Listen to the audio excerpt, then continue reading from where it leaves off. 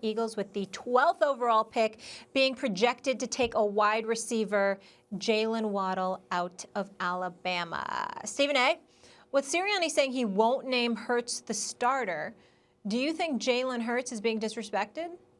I think so, but I just want to say something. I have this look on my face because Nick Sirianni is not exactly Adam Gase. I don't want to go that far. He doesn't look high.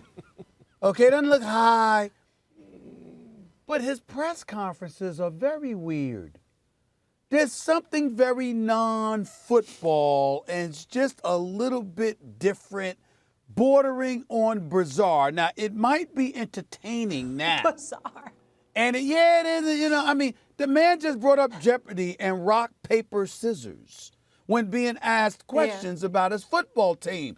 That's just not something you're accustomed to hearing. Now, you don't have to say the same old stuff that all of these other coaches say, but damn, it is a little bit different. And I will say this, okay? And I am unapologetic. Nobody can dispute the fact that I'm an expert with what I'm about to say. If this man struggles, those press conferences will not be funny. I promise you that. He better change it up because the stuff that he's doing in these press conferences with the media, lying? they remember this. I am the former reporter and columnist for the Philadelphia Inquirer. I am the one who was in those rooms for 17 years. I know what I'm saying about Philadelphia. Angelo Cataldi, one of the great morning radio hosts of all time, he's still there with Rhea Hughes and the crew. With their radio, Mike Missinelli and the boys. They will eat him alive if this man act like that and they ain't winning games. So I'm just telling y'all right now.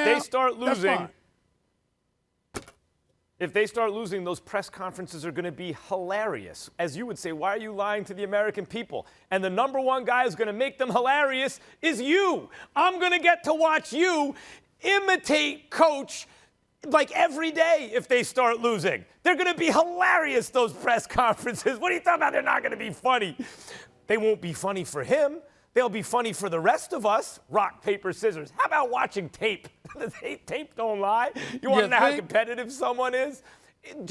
Jalen Hurts is not being disrespected here. Look, he's a promising young quarterback. He is. You saw it in the Arizona game. Even in a loss, there were flashes where you go, that kid can play, right? And he's going up against Kyler Murray and another really good young quarterback, and you go, that he belongs.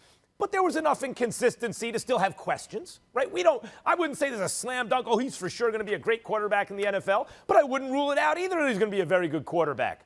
So I wouldn't say he's being disrespected. And Stephen A., one of the issues is the team responded very well to Jalen Hurts. But the fact of the matter is the team responded to almost every quarterback that wasn't Carson Wentz very well, and even at times Carson Wentz they responded to well. I just look at Wentz when he was there. Whenever they had another quarterback in, the team came to life. Nick Foles, the team came to life. They won the Super Bowl, although they were very good with Carson Wentz. The next year, they were dead flat. Nick Foles, they came to life again. I even think about Josh McCown when he came in the playoff game.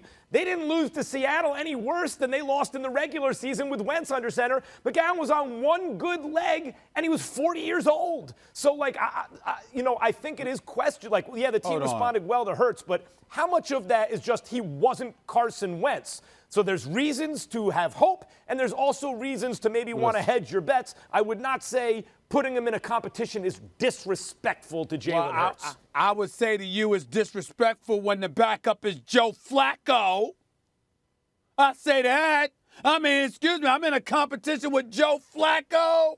At this stage of point in his career, this ain't 2012. Didn't he win a Super Bowl? Yeah, I said this ain't 2012. I'm in a competition with Joe Flacco. Hell yeah, it's disrespectful. You traded away Carson Wentz, okay? You traded away Carson Wentz in part because you have me. You brought in this new coach that we don't know whether he's Gason or not. We have no clue. We assume he's not, but we don't know. You got Jalen Reagor as a wide receiver, okay? You got Fulgham as another dude. You talk about drafting Jalen Waddle, all right, out of Alabama. I'm like, Joe Flacco's my backup, and you can't even say coming into training camp, it's my job unless I lose it. We all know you got to keep the job, Max, but you can't sit up there and say definitively to open training camp, this is our starting quarterback for now? With Joe Flacco as the alternative? I want to see a Sirianni impersonation. That is disrespectful. How would you do a Sirianni impersonation? That's what I want to know. I haven't mastered that yet. I haven't mastered that yet. He doesn't have enough film yet. I haven't mastered that yet, but I just got to tell you. Real thespians put in the work. It ain't You can't make him just do it on the spot like that. But it's very Gase-like. Thanks for watching ESPN on YouTube. For live streaming, sports, and premium content, subscribe to ESPN+.